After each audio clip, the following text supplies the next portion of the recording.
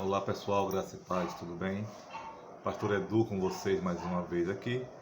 E hoje nós vamos falar sobre o tema princípios bíblicos, o que são e para que servem. Mas antes disso, vamos fechar nossos olhos, vamos orar ao Senhor, pedindo a Ele a sua direção sobre as nossas vidas. Pai, em nome de Jesus, te agradeço porque Tu tens nos guardado, tens nos permanecido na Tua presença, Pai. Obrigado porque Tu és um Deus fiel. Te peço em nome de Jesus que Tu nos use nesse momento, que nós falemos palavras que venham do Seu trono para a edificação do corpo de Cristo, Pai. Que nós aprendamos a viver por Seus princípios, que é a base de tudo nessa vida. Obrigado, Deus, porque Tu és misericordioso para conosco. Em nome de Jesus eu te oro. Amém. Pois bem, queridos, quantos de vocês já ouviram falar em princípios bíblicos? Princípios bíblicos é algo muito importante para que nós possamos viver bem nessa terra. Mas vamos começar. Princípios bíblicos, o que são e para que servem? Vamos começar explicando o que é princípio. Princípio vem da palavra grega arché, que significa origem de tudo. Quantos de vocês, ao estudarem filosofia, já devem ter ouvido falar, ter lido falar sobre esse tema, que os filósofos antigos eles sempre buscavam o arché de todas as coisas. Não é à toa que Jesus ele chegou lá em Apocalipse e falou para João gravar uma mensagem que chegou até nós, falando: meus irmãos, meus filhos, não fiqueis preocupados, porque eu sou o início e o fim. Eu sou o arché, que esse povo fica louco procurando, que esse povo fica desesperado. Eu sou o arché, eu sou o princípio e o fim. Eu sou a existência de tudo. Então, ao invés de você ficar preocupado procurando coisas que você não tem como saber e resolver, busquem a mim, porque eu sou o início e o fim de todas as coisas. Mas uma vez que nós sabemos o que é um princípio, nós temos agora que entender o que são princípios bíblicos. Princípios bíblicos é a base de tudo. São os ensinamentos básicos que toda a humanidade, toda a existência, ele tem que estar unidos para que consiga viver bem. Vamos pegar por base o livro de Romanos 8, versículo 28, que fala que sabemos que todas as coisas cooperam para o bem daqueles que amam a Deus, daqueles que são chamados segundo o seu propósito. Ou seja, todos aqueles que querem viver bem nessa terra, todos aqueles que querem ter uma vida sadia, uma vida segura, eles têm que estar na presença de Deus, têm que começar a aprender a viver os princípios bíblicos, porque tudo é regido por Ele. Todas as coisas são regidas por princípios, e esses princípios são determinados pela Bíblia, por isso nós chamamos de princípios bíblicos. Tudo que existe, ele é regido por um princípio. E os princípios de Deus, eles não voltam atrás, eles são fiéis, e nós devemos aprender a segui-los, se nós queremos ter uma vida boa aqui na terra. O profeta Isaías disse: se quiserdes e obedecerdes, comerás o melhor dessa terra. Tudo isso significa aprender a seguir os princípios bíblicos. É interessante nós entendermos que, vamos fazer uma figura de linguagem para ficar mais compreensível, Deus não precisa se levantar do seu trono para poder abençoar ou castigar ninguém, porque os princípios já foram colocados, os princípios já foram estabelecidos desde o início do mundo. E quando nós os obedecemos, como fala Romanos 8, 28, todas as coisas cooperam para o bem daqueles que amam a Deus. Mas quando nós desobedecemos os princípios, as consequências virão e nós pagaremos o preço por nós desobedecermos. Mas quais são esses princípios bíblicos? Nós elencamos em 8. São caráter, mordomia, semear e colher, autogoverno, soberania, individualidade, união, aliança, pacto e honra. mas hoje nós falaremos apenas de um deles. Falaremos sobre o caráter, ok? O que é caráter para você? Todos nós temos um caráter. Vamos ver. Desde o Éden, quando Adão e Eva pecaram, muito mais do que a vida eterna foi perdido o caráter de Deus.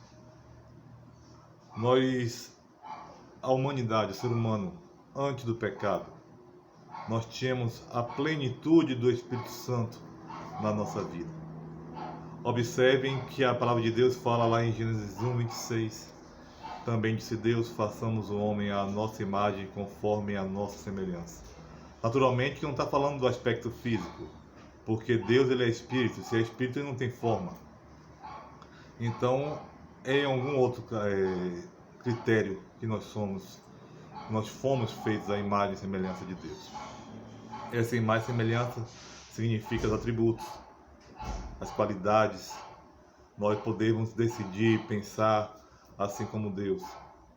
Mas, além disso, nós quando fomos feitos, lá na origem, o primeiro casal, o primeiro homem, a primeira mulher, ele foi feito na plenitude do Espírito Santo. Eles tinham todas aquelas características que o Espírito Santo ele traz para nós, que você vai encontrar lá no livro de Gálatas 5. Só que, com o pecado, isso foi modificado.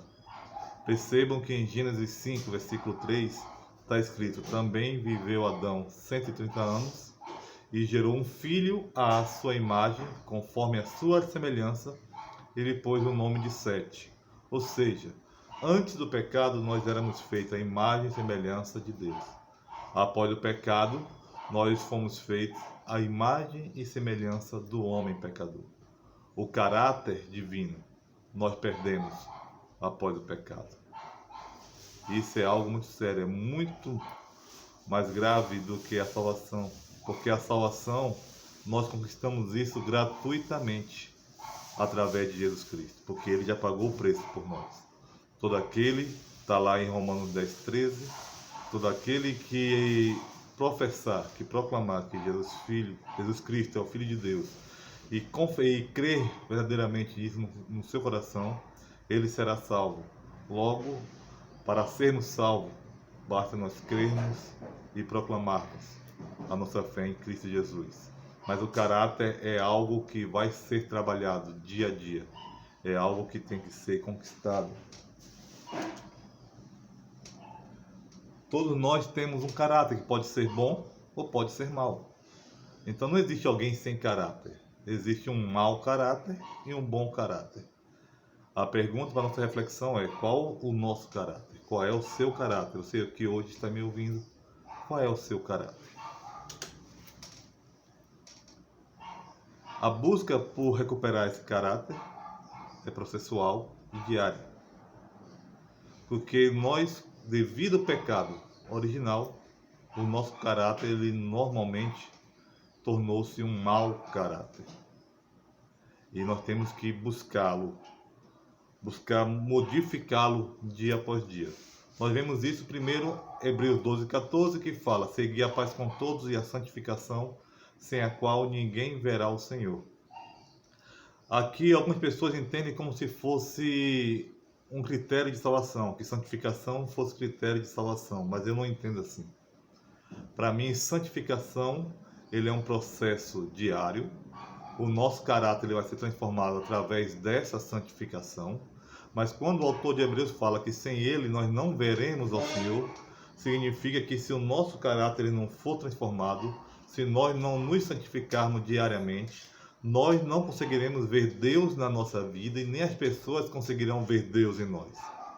As pessoas quando olham para mim, olham para você e conseguem ver Deus na tua vida, é porque o teu caráter está sendo transformado ou já foi transformado. E nós muitas vezes pensamos que nós não temos como mudar o nosso caráter, o nosso modo de ser, nosso modo de pensar. E vivemos com as bengalas espirituais, com aquela desculpa de que ninguém é perfeito mesmo, Deus perdoa, Deus sabe das nossas limitações. Realmente, Deus sabe das nossas limitações. Deus fala que Ele sabe que nós somos pó, e a sua misericórdia é a causa de nós não sermos consumidos. Mas nós não podemos viver de muletas espirituais, porque lá em Efésios 4,13 está falando que até que todos cheguemos à unidade da fé e ao pleno conhecimento do Filho de Deus, a sermos homens perfeitos, à medida da estatura da plenitude de Cristo. Ou seja, ainda que seja muito difícil, a Bíblia fala que é possível. É possível nós alcançarmos um grau de perfeição. É possível nós alcançarmos uma estrutura, a recebermos novamente o caráter de Cristo. Porque Paulo está falando, até que todos, não é qualquer um, é todo aquele que faz parte do corpo de Cristo, até que todos cheguemos à unidade da fé, a termos uma única fé, ao conhecimento do Filho de Deus, a sermos varões perfeitos. Olha a perfeição aí. A perfeição vem com o caráter restaurado. À medida da estatura da plenitude de Cristo, ou seja, a nossa identidade ela vai ser transformada para um caráter de Cristo, para um caráter conforme a imagem de Cristo. Por isso ele é processual, ele é diário. A nossa luta não pode parar.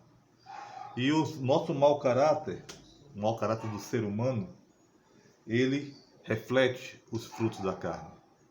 Quais são os frutos da carne? É tudo aquilo que não agrada a Deus.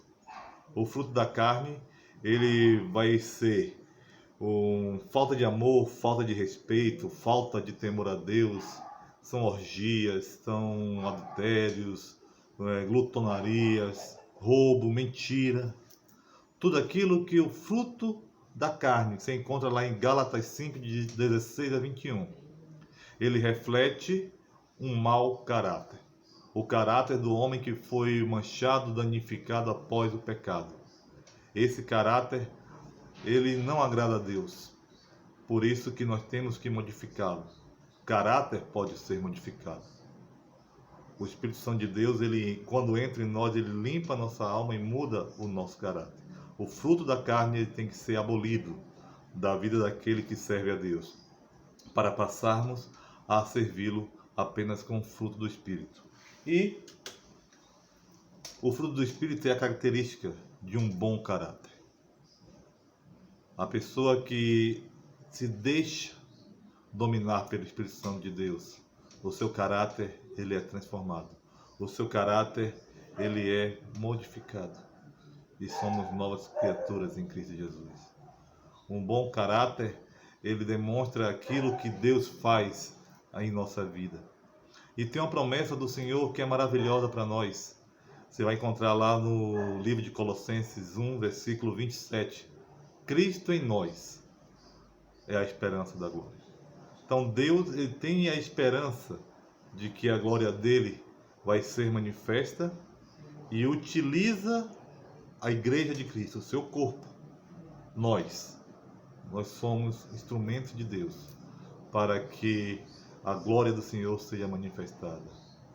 A esperança que essa glória ela vai ser manifestada. Deus tem em nós, igreja, através de Cristo.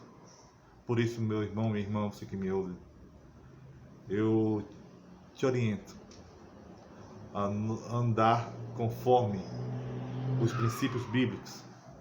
E esse primeiro princípio que nós trabalhamos hoje, caráter. Nós temos que aprender a buscar o caráter de Deus, a matar o caráter da carne, o caráter do pecado.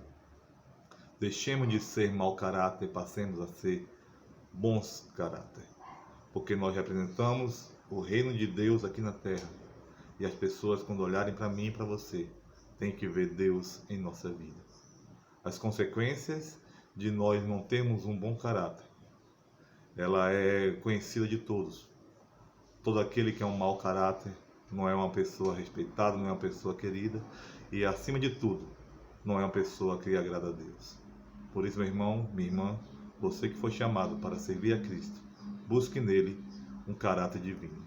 Que Deus te abençoe e te dê um dia na sua presença, em nome de Jesus.